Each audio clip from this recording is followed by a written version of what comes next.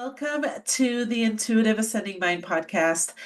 Today, I want to share with you some previous shows that we've had on the success frequency because there's so much good knowledge that's on that show.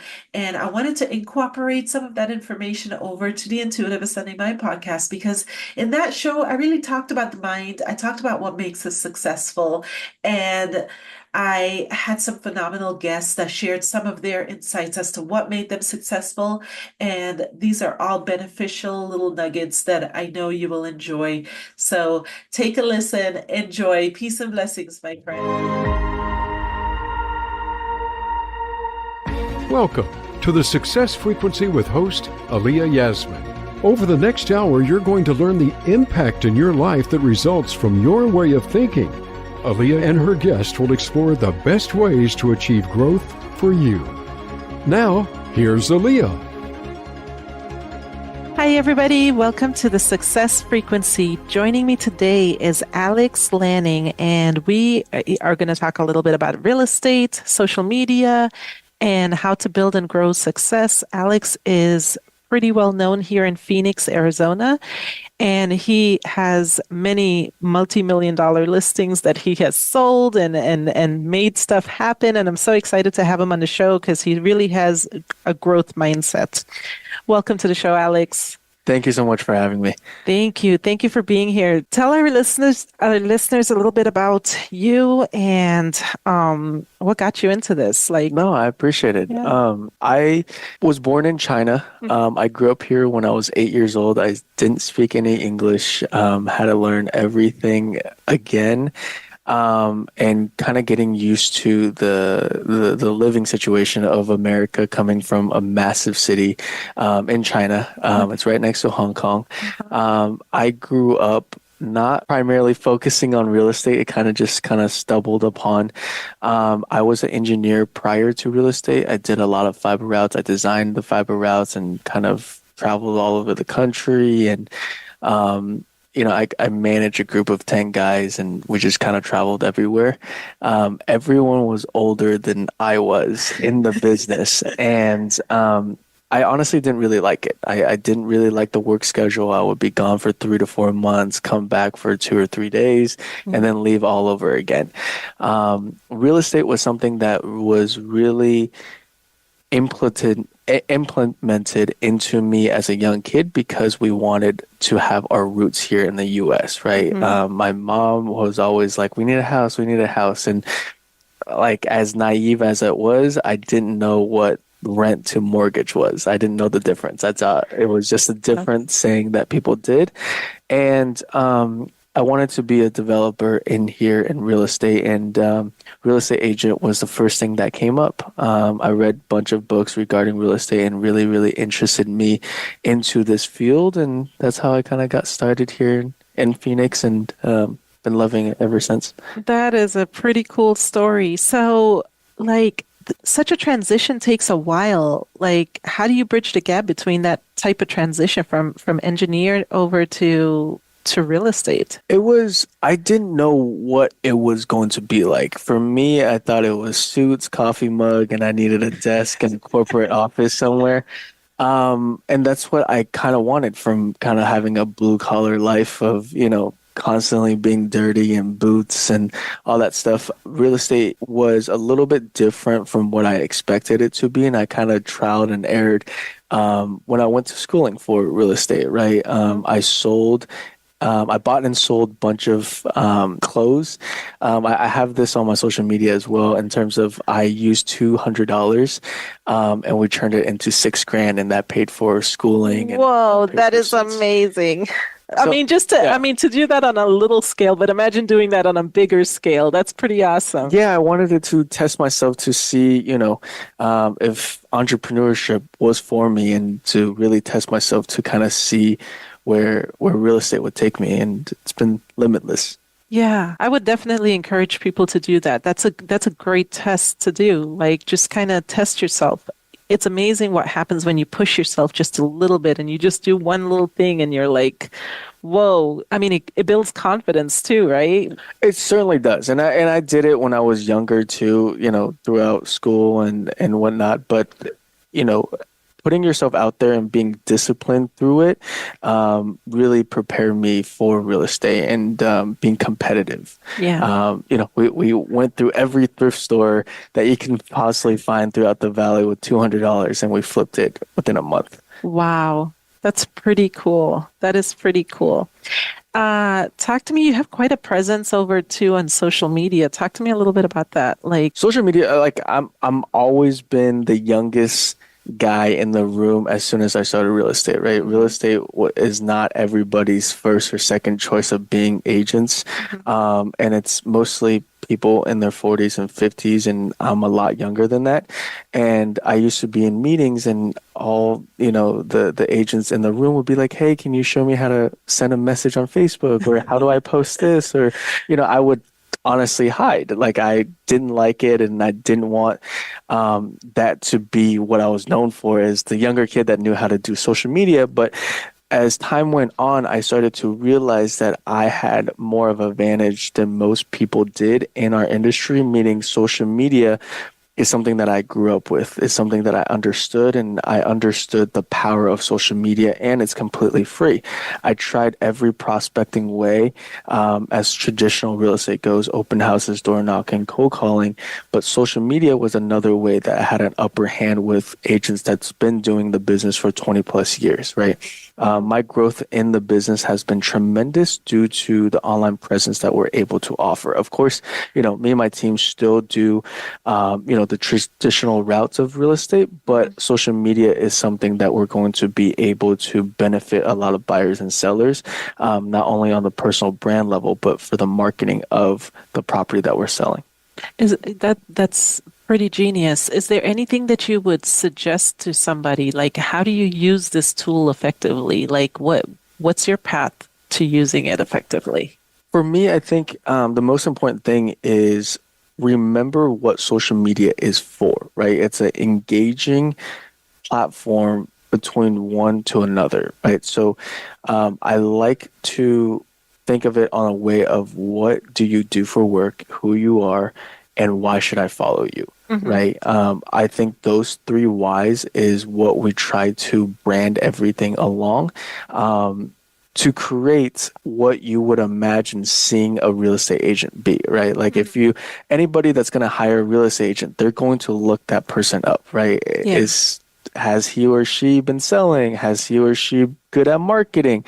If you can't market yourself correctly, I don't think you can market a property correctly. Yeah, I almost feel like the days for resume are like behind you. It's like your resume is your social presence. Like Yes. That's what I've been noticing with everything. I mean, it's been a transformation, I think, in my methods of thinking as well, because for me, I was used to that resume concept, obviously, a little bit older. Sure. But understanding the power behind the social media, was really took me a while to like grasp that and really wrap my brain around that concept. I love that you said that. What are your what are your staples that you do for real estate through that platform? We do a lot of property tours. We do a lot of before remodel photos, and we do after, right?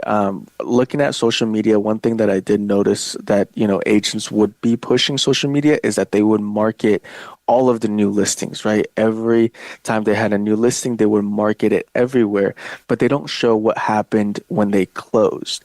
They almost left that behind in terms of if you're providing your audience of what's new, then why didn't you show how you close the property? And I think that's the importance of closing that chapter, right? If I'm going to market a property, hey, new listing, then I'm going to market how I sold that property, right? So at the end of the day, it's creating that story and allowing people on the inside to see what's going to be the most interesting to them. Yeah, yeah. So visuals as well too, right? 100%. Yeah. Like we try to be as energetic as possible when, the camera switches on, even though I could be extremely tired. But as Yeah. soon as it goes on, I'm like, hey, what's going on, guys? It's Alex Lanning.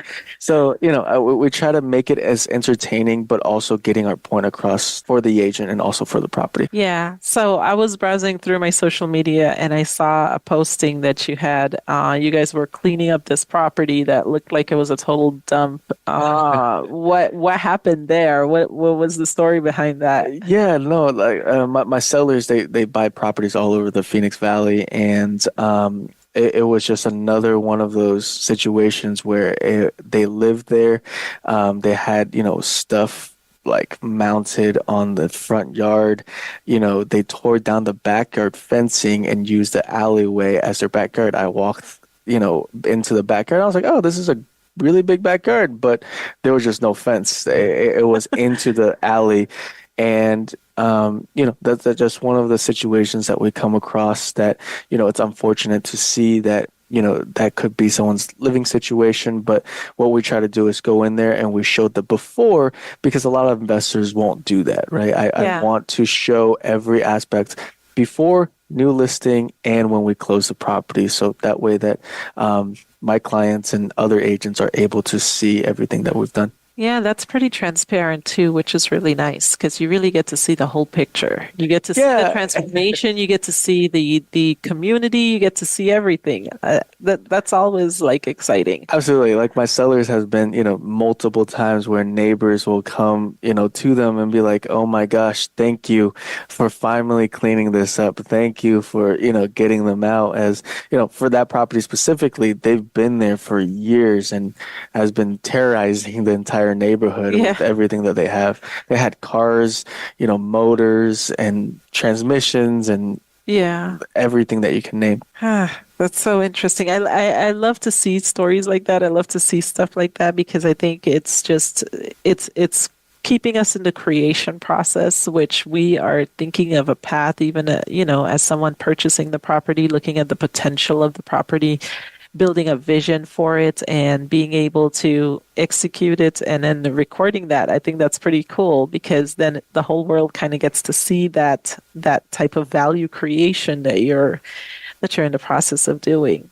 Yeah, and everyone loved like HGTV, right? Yeah. Like where you see the before and then you see the renovations. So that's what we kind of followed a little bit because we thought of everything's always nice, right? Like luxury properties and, remodel properties, they're all nice, but let me shock a little bit. Let me give the bad and ugly before we show the nice to where you appreciate the nice a little bit more. Absolutely. Absolutely. I think that's so genius. What other projects are you working on right now? We have listings all over right now. We have one coming up in Vistancia that's, built in 2004. The solar panels are completely paid off. We have one in Casa Grande. We're stretching everywhere in the valley when I'm saying we're all across. Casa Grande is a beautiful property, is fully renovated. We have multiple remodels throughout Phoenix, and we have one that's a custom built by the builder of Eagle Mountain. In Eagle Mountain, it's a custom home. We have properties all over, and if you look on my Instagram, you can see it every time. That's pretty cool. Talk to me a little bit about what do you do to get buyers for these properties? Now I know Phoenix market is a little bit hot, but like what's your path forward on that? I primarily focused on first-time home buyers. Not only it is super rewarding to help a family get to where, from renting to owning a property, but it relates a lot back to me when it comes to, being an immigrant coming to the U.S. It meant a lot for me to own a home. And I want to provide that back into the community. I want to provide my expertise and, what I understand of real estate and explaining it the most simple way as I can for someone to understand and maneuver through. And I've had clients where, they bought their first home and now they're investors and they have a great portfolio and, they're cash flowing on their properties. That's pretty awesome. That's a pretty cool way to look at it for sure. Talk to me a little bit about like networking and stuff too. Like what's your networking like goals? What do you do? Yeah, besides real estate, because Uh-huh. I feel like I do it 24/7, I golf a lot. I have a group of golfing buddies that we go out and we have fun. We attend events, for golfing, and of course, real estate brings a lot of networking in as we get invited to events and as investors and as real estate agents and whatnot. So Oh, that's pretty awesome. meet some That's cool people. Yeah, I'm sure golfing for sure. You will definitely get some good connections through that path. That's pretty cool. And then you get some relaxation as well too. So Sometimes, if you're playing good, sometimes there's some bad days out there. yeah, for sure. What makes you feel successful in real estate? It's the day that I give keys. A lot of people are like, I love people in real estate, or I love the house in real estate. That sometimes, when you're going through, I like to say we're not, people say that real estate agents are salesmen, right? But I like to say that we're problem solvers. We have so many different hats that we put on. What makes me feel successful in this is when I finally deliver keys, right? The buyers or the seller has finally given so much, and it's been a roller coaster ride on the last couple of months.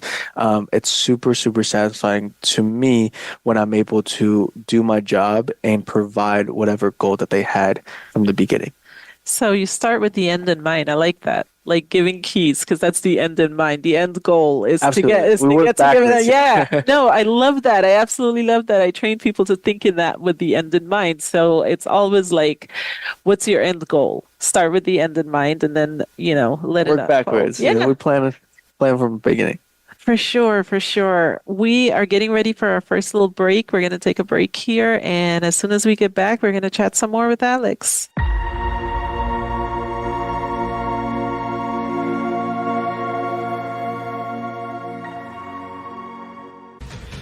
Sublime Knowledge Mindset Coaching offers guaranteed results. 100% of clients reported seeing positive changes in their mindset after just one session. Clients learn to release negative thoughts, feelings, and emotions, improving their overall well-being. Create the life you've always envisioned for yourself. Shift your mindset after one session, or your money back, guaranteed.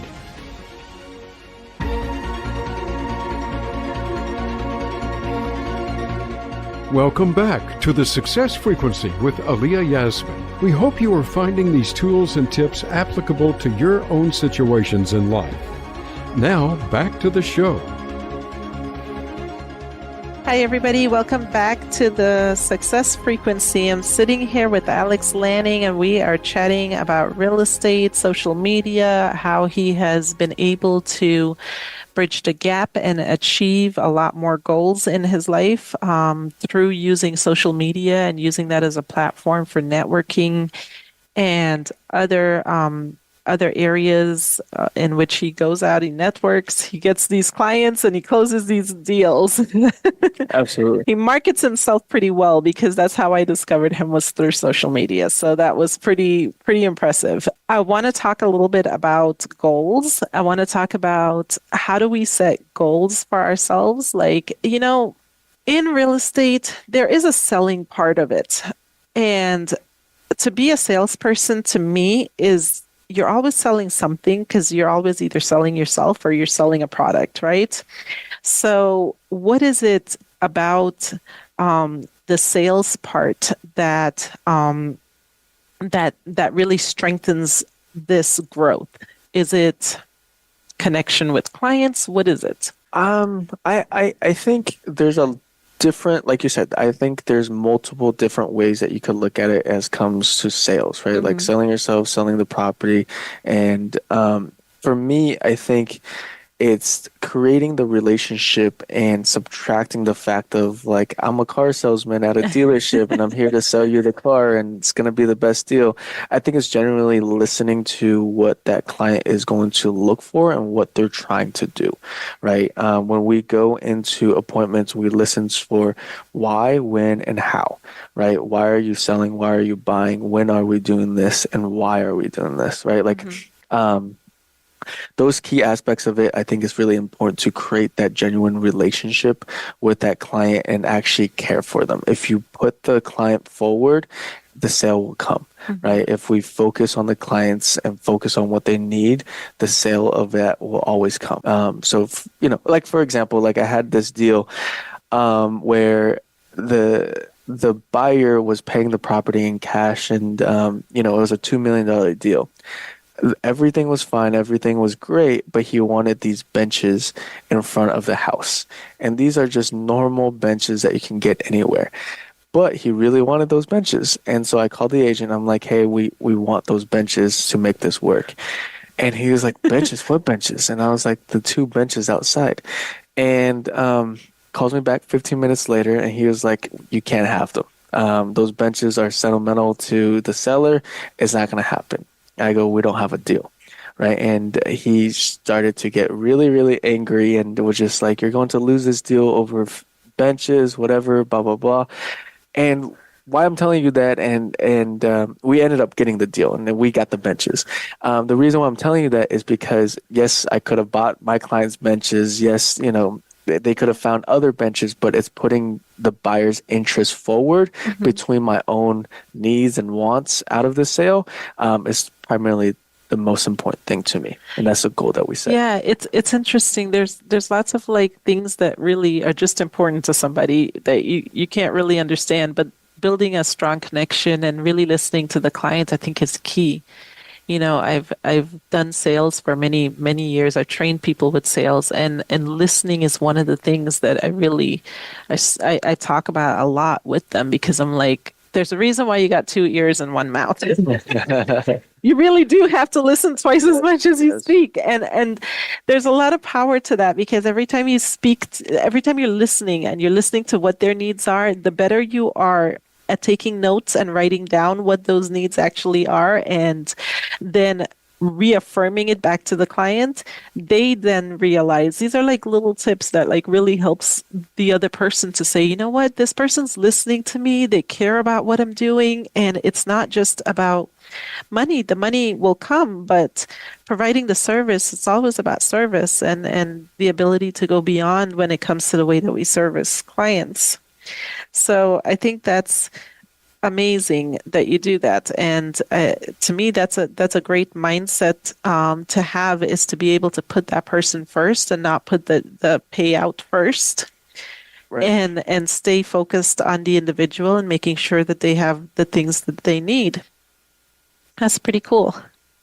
Yeah, and one of the things too is all about educating too, and I think the trust becomes built after educating, right? And even though I have buyers that's like, hey, I want to make an offer on the first day, I always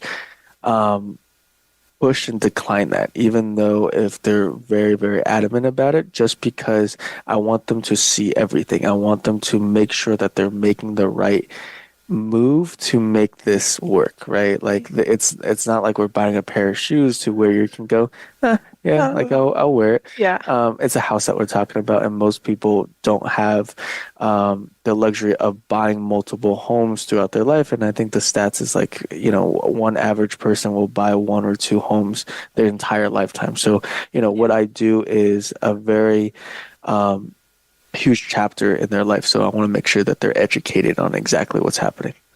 Yeah. What is a good path that you use when you have to like deal with interest rates raising, or like, what it is like, what's your workaround like mentally to overcome those challenges? Yeah. And I know a lot of agents focus on the interest rates, and I know that it's one of the most important things in the real estate world, right? But I try not to look at that at all. I try not to focus on it at all. What I try to do is I just tell myself that if one person can't do it, another person will, right? And it's a matter of working twice as hard for what we had before. And that's not, to say that the interest rate is hard. It's like people can purchase the property now, and if they can afford the monthly payment, by all means, right? But if the people wait for the interest rates to drop, they're gonna have to compete with other buyers that's gonna be bidding over asking price. So Yeah. it's kind of like a double-edged sword as of right now. But regardless of it, people are still buying and people are still selling. Yeah, I mean, I think the real estate market's still going pretty strong in Phoenix, which is fascinating to like see, you know? Yeah, or one of the fastest growing states in America. Yeah, I wonder why that is. Why do you think that is? I think we have everything except for a beach. Right? We have everything True, we except got for a pools beach. though. Yes, we have pools. I think it's just, I think COVID really started that. I think that we have a lot of opportunities here in Arizona, from development, from the growth, from, everything. For the last 4 or 5 years, I think Arizona is becoming one of the top cities to live in, competing with, Austin and Nashville. I think Arizona's better. Yeah. But yeah. Yeah, we're like the sixth largest city, I think I read. Our traffic is getting worse somewhere. Yeah, it is getting worse and worse. That's why people are moving out to like Casa Grande and stuff. There you go. There you go. So this is pretty cool. Let's touch a little bit on like, do you ever get like repeat clients and recommendations and stuff like that? Absolutely. That's Yeah. like half of my business Okay. because, when we're done with the first transaction, we've created a relationship, and I consider most of my clients friends. Like, Yeah. it's not just a transaction to where they can't call me for anything. If they have any questions, they have any concerns, they can always call me, and it's become a relationship where it's valued on both sides, right? To where they can call me 6 months later, hey, like I have this friend, blah blah blah, and they'll know that I'll take good care of them because of the relationship that we built. I love that you focus on relationship building because I think that's really what sets a salesperson aside, especially when you have like, when you're building and you're growing your brand. It's those relationships, it's that integrity that really sets you apart from the challenges that you'll encounter. Because even when things are tough, you still have a reliable foundation through your relationships that you've built. Yeah, absolutely. I think relationship are everything. Communication is everything. Yeah, that's pretty cool. The other part that I want to touch a little bit on is tell me a little bit about how your perception had to change when you got into this world and how your perception still needs to change from time to time to adapt to the market changes. Yeah, it's constantly adapting, right? Like if we don't adapt, we're just gonna be left behind, right? Yeah. Like So social media came into the real estate world. Like when I first started, I was the only agent on social media that was putting myself forward in front of a house, right? Everybody just did videos of the house, but not the agent. So I wanted to put a face in front of that house. Perception is going to constantly be adapting to what the market is, what people are reacting to, and we just continue to adapt.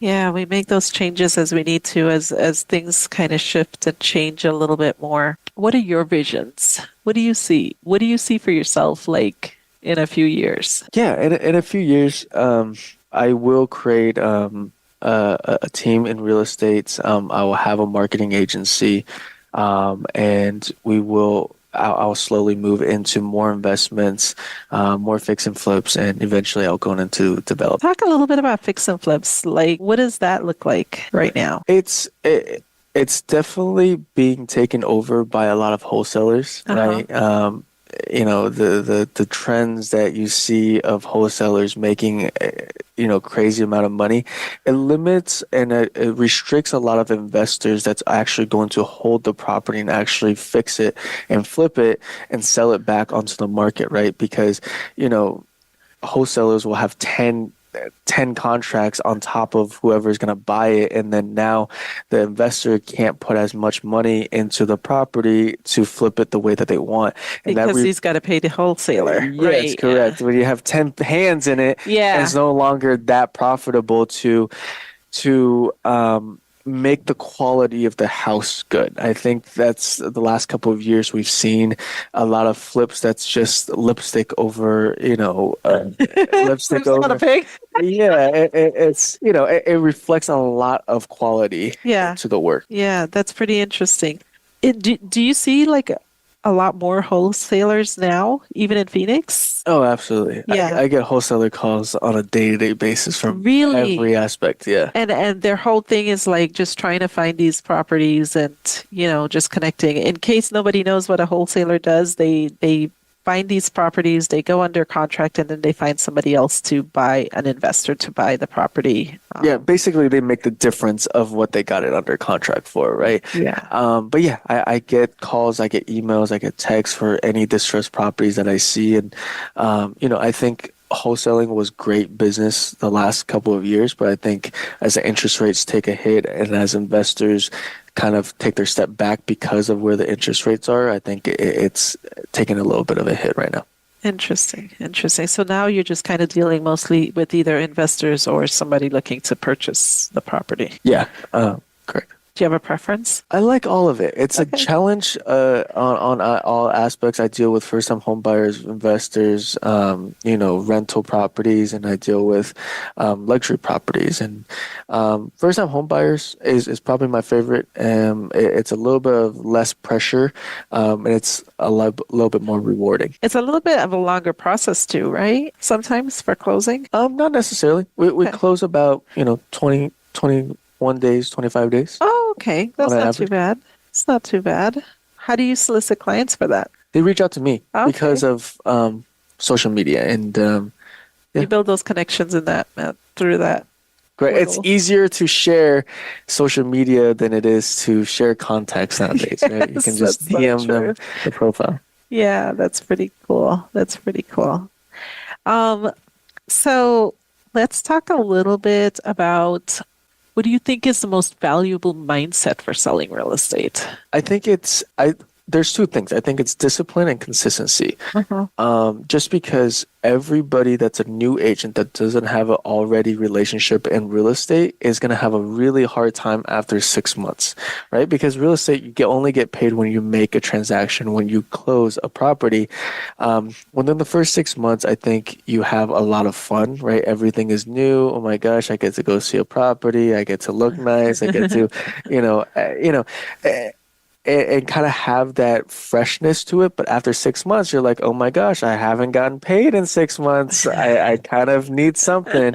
That discipline and that consistency really kind of starts. I have a old saying, it's kind of corny, but I like to say to all my new agents is imagine yourself on a fishing boat, right? And you're a fisherman and you're the only one on that boat, and every single day you need to fish, right? Meaning that every single day, no matter how busy your business is or how much leads you already have, you still need to go out there and find more leads. And keeping that consistency and making sure that you aren't going to, because there's a lot of insecurity as new agents, right? There's no credibility and there's no experience. I like to set small goals versus yearly goals, right? I like the day-to-day goals, the weekly goals, and even monthly goals, but I don't like the 3 months, 6 months, a year goals just because it's so hard to reach. And when you do a longer time, people intend to set bigger goals, which is a little bit harder and feels like you're never going to reach it. Yeah, yeah. I think that's a great way to look at it because you're kind of a little bit more in the present moment in short-term goals, and that definitely is beneficial. We're going to take our second break, and when we get back, we're going to talk a little bit about what makes people have credibility, what gains credibility in this real estate world.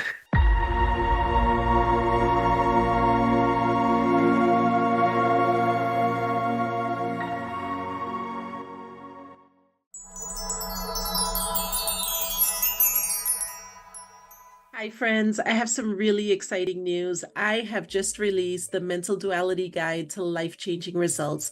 And this simple guide has transformed so many people's lives because what it helps to do is it helps to open up your awareness to the areas that you may be feeling unsupported, insecure, fearful, trauma that you may have had from the past that you just need to shed some light on and bring your awareness to. And the guide bridges the gap from a negative space over to a more neutral or a high vibrational frequency. So when we see that it's unsupported that we're feeling, we know dualistically that it is support. We need to feel supported in this life. Or if we're feeling insecure, we know that it's security we need to work on feeling, or maybe confidence that we need to work on feeling. And this guide allows you to open up how you actually feel. It allows you to kind of sift through some of the negative thoughts, feelings, and emotions that you might be experiencing, and have a way, a bridge to move them from a negative space into a positive space. I've had so many clients just see amazing results. And me, myself, I have gone to this guide in order to identify thought patterns that I was experiencing and analyze those thought patterns if they were positive or negative. Sometimes we get a thought just like seeps into our mind and we can't really put it into a category. But when we sit with a program like this, we understand what our underlying feelings might be, and bridging the gap from the negative over to something that's going to be more neutral or more positive is the secret to our personal growth and development. And this guide is going to guide you through that. Hopefully one day you join us for the Intuitive Ascending Mind program, but this guide is free for you to work on. It's personal to you. And what it'll do is that it'll open up your awareness. And once you go through that transition of opening up your awareness, you understand the areas that you need to work on. And it also will give you some wonderful affirmations to help build you foundationally from the ground up into a more positive, more happier, more healthier version of yourself, and more wealthier, of course. Peace and blessings, my friends.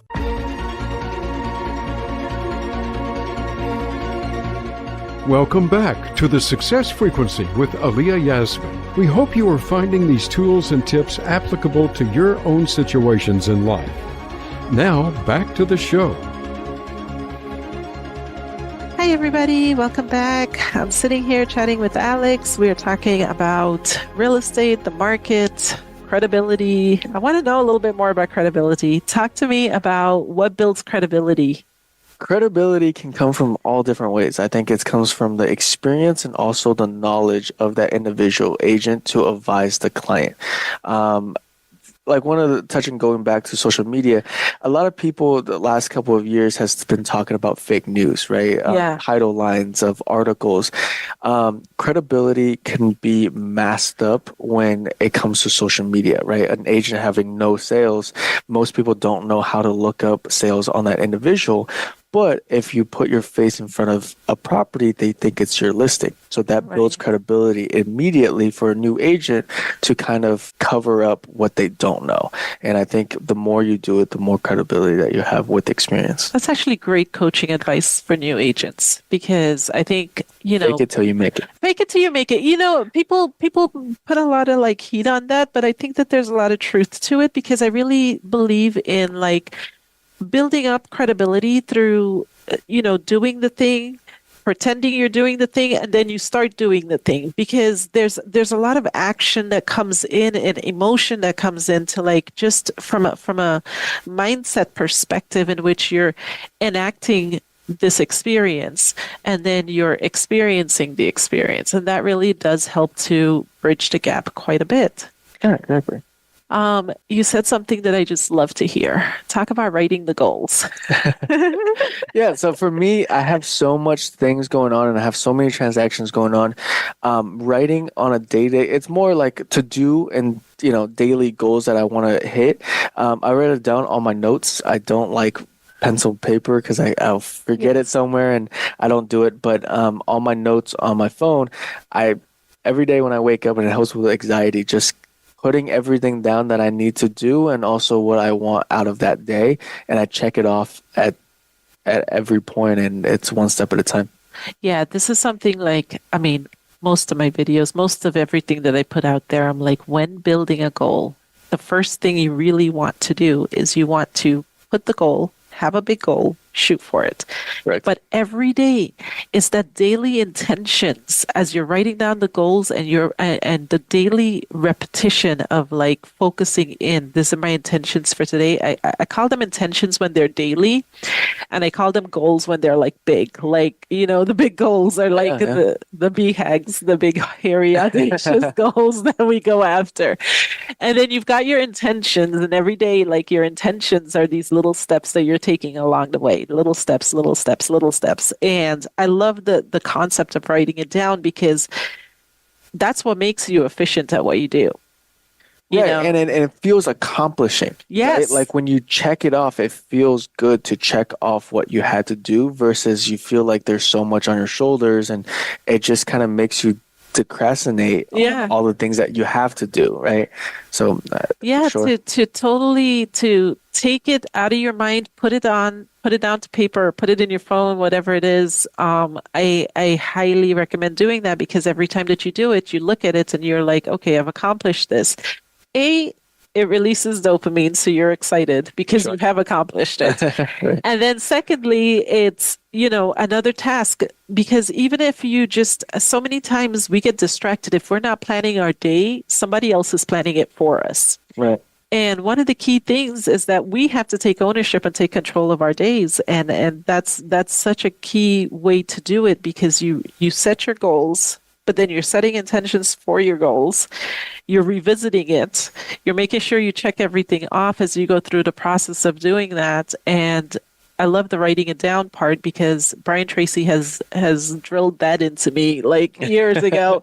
It's like, write it down, write it down, write it down, write it down. And the moment I started to write it down, I became organized in my methods of thinking. I became organized in the tasks that I was going out to accomplish. And I didn't miss anything. A lot of times, people are like, oh, I forgot I was supposed to do this. You can't forget it when you write it down. First of all, you're reminding the brain that this needs to be done. And then the better you get at doing that, then the more organized your mind is, the more organized your mind is, the more organized your physical reality becomes. It all kind of like falls into place, So I love that concept of writing it down. Anything else that you do? Yeah, I was that crazy person that I never had a calendar. So for some reason, I remembered everything, like where it was, like what time it was, who it was with. And, as I got more and more busy into the business, I was like, I can't do this. So having a calendar for me on, every hour of the day of exactly what's going to happen, relating it to my checklist of daily goals was something that really helped me release and reduce a lot of stress and anxiety. And it helped me do more because when I put it down on the calendar, it eliminated going, oh, okay, that doesn't take that long. Yeah. Right. And it freed up a lot more time versus I'm scattered brain all day trying to get something done, but then I didn't do rest of the stuff. So calendar and the checklist on a day-to-day basis really helps. Oh yeah, I agree with that. I think calendar keeps you on track, keeps you on time, even setting like little reminders on your phone, we've got great technology to help us support through those challenges. Yeah, and I think it helps balancing too, right? Yeah. Like where I feel like most people have, a calendar and a schedule. But when it comes down to like the hour and, the 30 minutes or whatever it is, and you can balance that with your personal life and also with work to where you go, oh, I have 2 hours available on Tuesday from 12 to 2 or whatever it is. I think it helps a lot of balancing between personal and work life too. Yeah. I think also I want to share this tip with listeners is that when you set the intention and you allocate the time for the intention, do nothing else other than that. Correct. Like do nothing else other than that task. And it's just like a task that would normally take some people like 4 hours to do, you probably can get it done in like a half hour just from shutting yourself down from everything else and just doing that one task. Absolutely. It's like no one can really work out at home unless Yep. you're very, very, like, everyone likes going to the gym because you're surrounded by the people that's doing it. Right. You allocate an hour to the gym and you can get more done versus working out at home, because then if your phone rings or if you're hungry or if you're Yeah. watching TV and you get distracted, and then it takes you hours to work. So Yeah, it takes you forever to like get that process done, but the moment you put yourself into the environment and you're not distracted, it really makes a big difference in the effectiveness that you're going to have with your time and with your schedule. Because it's difficult when you're busy and you have different things going on simultaneously at the same time. You have to definitely harness the skill of managing your time and managing it effectively and setting intentions and setting goals and, reviewing that stuff. absolutely.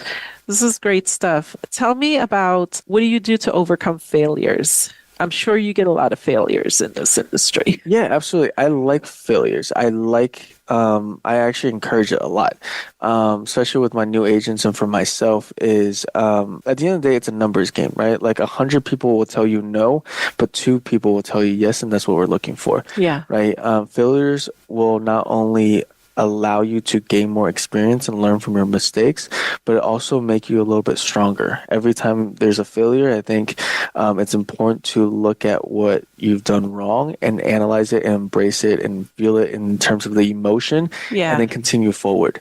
I think failure is a huge, huge part of anybody's success, of, figuring out what's right and what's wrong and having that trial and error. Especially when it comes to real estate with prospecting, it's all a numbers game, right? You knock 100 doors, Yeah. 2 people is going to tell you yes, and the 98 people is going to tell you go somewhere else, right?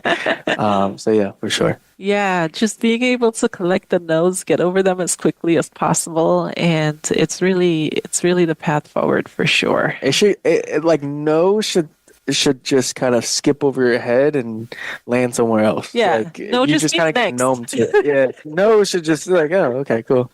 Yeah, it just becomes another word. Yeah. Do you ever find yourself being persistent sometimes if you do get a no, to get over the hump of the no sometimes? Yeah, like I had a really hard time with it in the beginning, and I had another agent the other day that was is extremely afraid of no's. She texted, to follow up with the client, and the client never texted back. And it's our weekly meeting. Hey, where are you at with that client? Well, they never answered back, and it's been 2 weeks. I was like, why didn't you send another text?